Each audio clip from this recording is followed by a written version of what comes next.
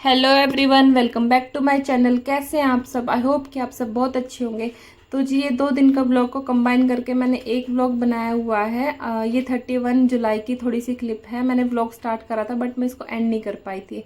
सुबह दोनों बच्चों को मैंने रबड़ी दे दी थी और हमने चाय पी ली थी, और उसके बाद मैं आ गई थी यहाँ हस्बैंड जी से बालों में दही लगवाने के लिए। दही एक्स्ट्रा बच गई थी तो इन्होंने बोला कि मैं दोनों बच्चों के भी लगा देता हूँ।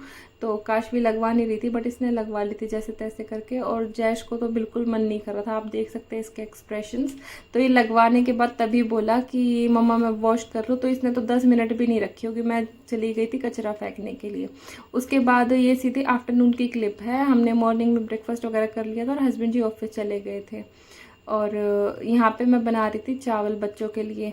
तो चावल बनाने के लिए मैंने प्याज, टमाटर और लहसुन, हरी मिर्च ये सब काट रखा था, और जो मटर हैं वो पहले से छिले हुए रखे थे। जैसे ही मंडी से ये मटर लेके आते हैं मैं साथ साथ छील देती हूँ। और आलू भी मैंने अभी नहीं छीले थे, मैं सोच रही थी बाद में छीलूँगी। तो ये काम मैं कर ही रही थी और दोनों बच्चे अंदर खेल रहे थे इस टाइम। मैं अपने इसमें काम में लगी हुई थी। मैंने उनको टीवी चला के दे रखा था तो मेरा इसी में ध्यान था। एकदम से ना मुझे काशवी के रोने की आवाज़ आ जाती है और मैं अंदर चली जाती हूँ। अंदर जाके देखती हूँ तो वो क्या रहता है, जयेश मुझे कहता है मम्मा सॉरी, मम्मा सॉरी। मैंने कहा बेटा क्या हुआ, किस लिए सॉरी, क्यों रो रही है ये? मुझे लगा आपस में इनकी लड़ाई होगी। बाद में देखा तो जयेश ने काशवी के हाथ में नेल कटर से उसके नेल्स काट रहा था, तो उसके हाथ में खून आ रहे थे। ऐसा कभी नहीं करता, उसने कभी अपने नेल्स नहीं काटे, बट उसने काशवी के नेल्स काट रहा था वो। और उसका बच्चा है, कहाँ उसको आता है काटना, तो उसने काशवी की थोड़ी सी स्किन कट कर दी थी। तो काशवी बहुत ज़्यादा रो रही थी। तो उसके बाद मैंने कोई व्लॉग शूट ही नहीं करा। उसके बाद मेरी भी थोड़ी तबीयत ठीक नहीं थी तो मैंने कोई व्लॉग कंटिन्यू ही नहीं करा। यहाँ पे मैं बस मसाले डाल ही रही थी।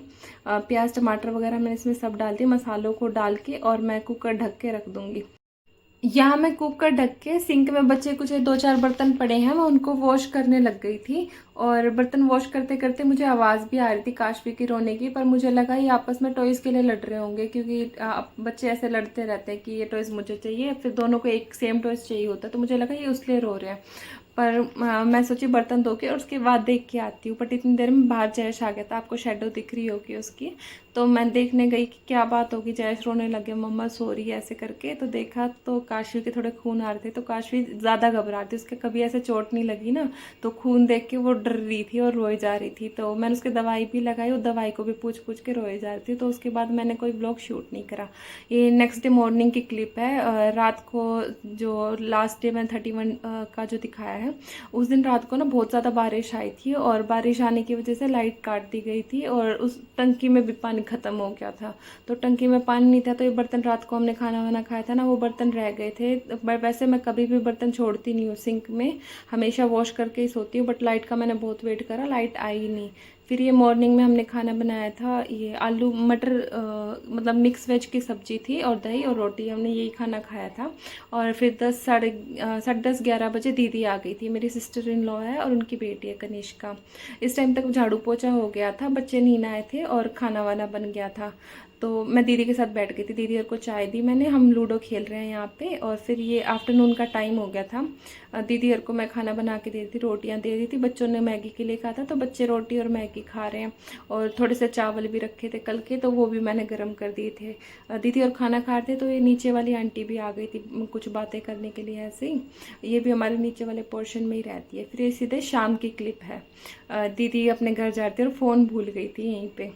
तो यहाँ बस दीदी चली जाएगी। बिल्कुल अच्छा नहीं लगता ना, कोई घर पे आता है और चला जाता है तो घर एकदम सूना सूना सा हो जाता है। तो बस अब दीदी चली गई, अब मैं लग जाऊँगी अपने इवनिंग के कामों में। सबसे पहले तो मुझे अपने बाल कॉम्ब करने हैं, तो मैं बस उसमें ही लगूंगी, क्योंकि सुबह से ना टाइम ही नहीं लगा कॉम्ब करने का। मैं नहा ली थी और मैंने दोनों बच्चों को भी नहला था। दीदी घर पे ही बैठी थी ना, तभी मैं भी नहा ली थी और बच्चे भी नहला दिए थे मैंने। बट कॉम्ब नहीं हो पाई थी, और जब तक बाल नहीं बांधो ना गर्मी में ऐसा सर भारी भारी सा लगता है। तो बस मैं यहाँ बाल कंघी करके, और इस टाइम हस्बैंड जी आ गए थे, मैं उन्हीं से बातें कर रही थी। तो मैं कंघी करके और खाने बनाने में लग जाऊंगी। काशवी भी यहाँ कुछ ना कुछ जड़ी बूटियाँ बना रही है, पता नहीं क्या पत्ते वत्ते तोड़ के लाई है और ग्लास में लेके उनसे कुछ बना रही है। यहाँ मैं आ गई थी किचन में प्याज वगैरह काटने के लिए, चटनी बनाने के लिए। और यहाँ मुझे गर्मी लग रही थी ना, इसलिए मैं खिड़की खोल रही थी। खिड़की पे ना हमेशा छिपकली बैठी रहती है, इसलिए मैं थोड़ा डर रही थी। इसके बाद बस मैं प्याज काट लूँगी, और 3-4 प्याज काटी है मैंने, और एक टमाटर। वैसे भी टमाटर बहुत ज़्यादा महंगे हो रहे हैं। और 2-3 लहसुन की कलियाँ, क्योंकि मोटे लहसुन हैं। और 2-3 हरी मिर्च डालूँगी मैं।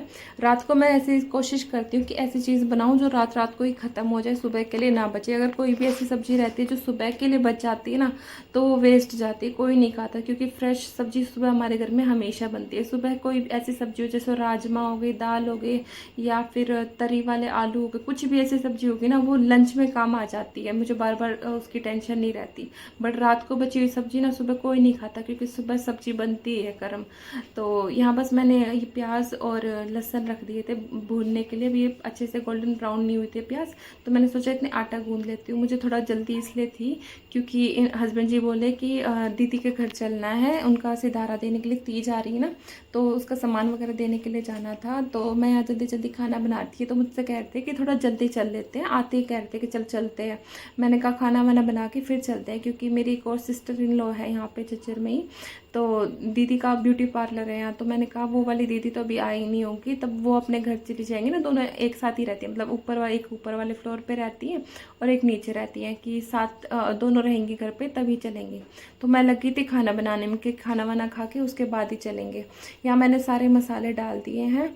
और बीच में जयश आया था, शायद पानी वगैरह मांग रहा था, तो उसको पानी दूंगी।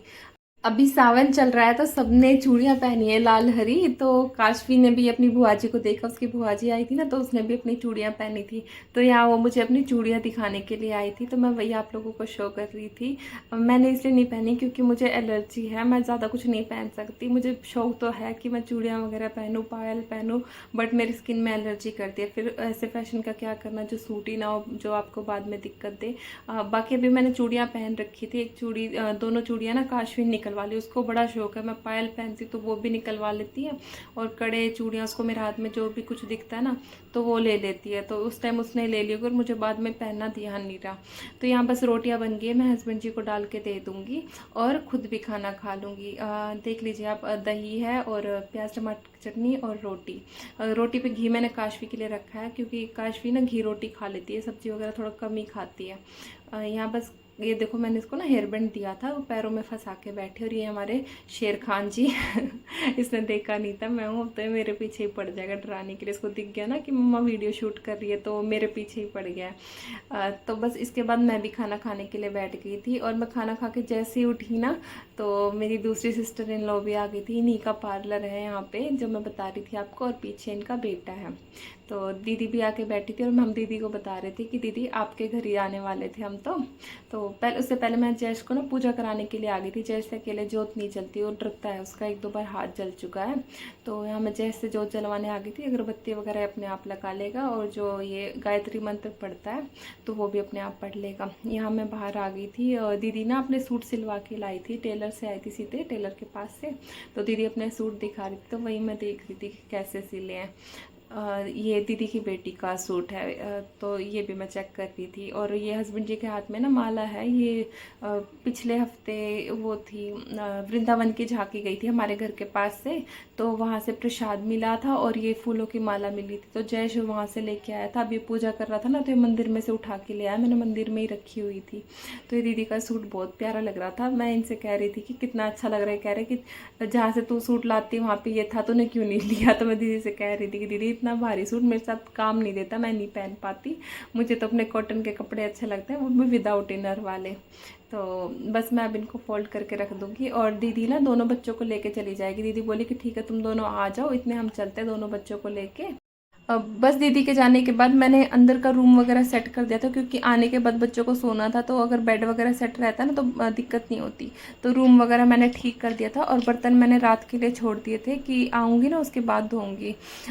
उसके बाद हम भी चले गए थे हलवाई के, जहाँ से हमने घेवर वगैरह लेना था ना, बट जहाँ से हमने लेना था वहाँ पर घेवर ही ख़त्म हो गया था। तो उसके बाद हमने कुछ भी नहीं लिया, हम सीधे दीदी के घर वैसे ही चले गए। लेने को हम और कहीं से भी ले सकते थे, बट फिर वो टेस्ट नहीं रहता कि कि जहाँ से जो सबसे बेस्ट वाला घेवर रहता है ना, हम सोच रहे थे वही लेके जाएंगे, बट वो नहीं था, तो हमने सोचा कि कल दे देंगे, कौन सा ज़्यादा दूर है दीदी।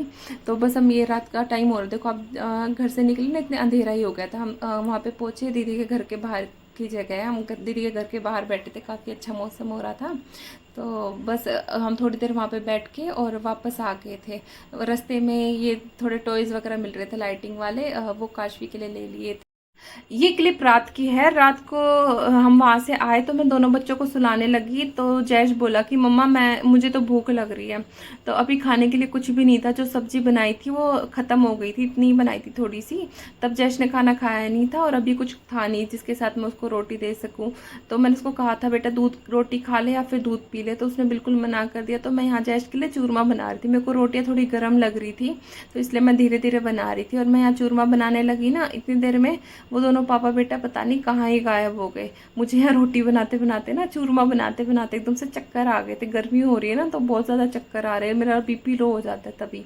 तो जैसे तैसे मैंने चूरमा बनाया और मैंने उनसे पूछा भी आप दोनों कहाँ जा रहे हो, तो उन्होंने बताया है नहीं। तो वो कहाँ गए थे ये बात आपको नेक्स्ट व्लॉग में पता लगेगी, तो स्टे ट्यून्ड। और वहाँ से वो आए, यहाँ पे मैंने चूरमा बना के रखा और मैं बर्तन धोने लगी थी। जो मैं जाने से पहले मैंने बर्तन छोड़े थे ना खाने के, वो बर्तन वगैरह धोए और फिर मैं अंदर चली गई थी। अंदर जाके मैं जैसे ही बैठी ना, इतनी देर में देखा कि जैश मसाला डोसा लेके आया है, तो उसने चूरमा खाया ही नहीं है। चूरमा मैंने साइड में रख दिया था और उसने अपना बस वो मसाला डोसा वगैरह ही खाया था।